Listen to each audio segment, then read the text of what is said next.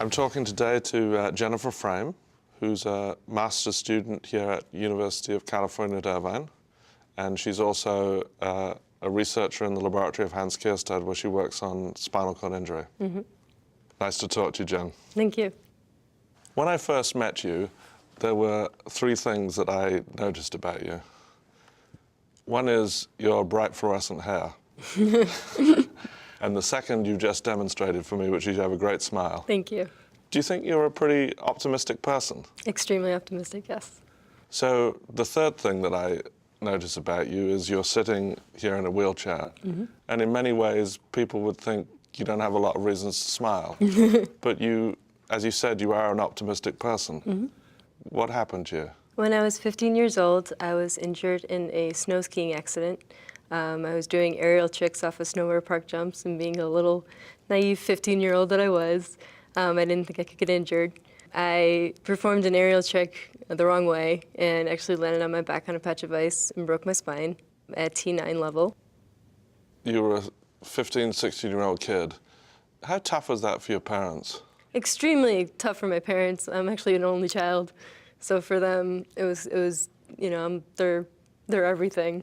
So they, my mom took it pretty hard. Did you realize at that age what it really meant to have, you know, damaged your spine in this way? It really didn't hit me until about 6 months when I was like, okay, I'm not gonna walk. I have to figure this all out. At that point in my life, you know, I was 15 years old. I figured I'm only 15, I can't give up. I've had my whole life ahead of me. Must do something with it. You had dreams and ambitions. How did this injury affect those? Somebody actually came up to me while I was in college and said to me, you know, when do you think you'll walk again? When do you think it's gonna happen? And I said, well, you know, when some genius out there figures it out, I'll walk again. And I thought to myself, I'm like, you know, I could probably be that genius. I'm gonna go into science. You go to a seminar by a scientist from UC Irvine by the name of Hans Kierstead. I found out about Hans Kierstead. There was some like flyers posted on the wall. He was going to give a seminar, a 60-minute talk.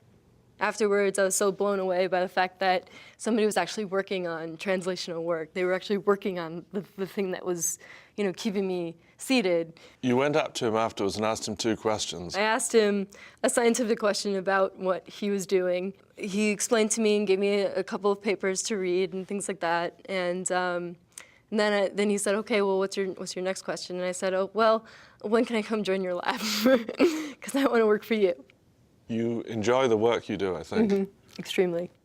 My project is mainly to work on chronic injury, in that we want to draw out any kind of axons or any kind of cell type that we put into the spinal cord. We want to make sure that it reconnects with the muscle that is not functioning and make it function again. So you're trying to get a motor neuron to grow, in some cases, probably several feet. Yes.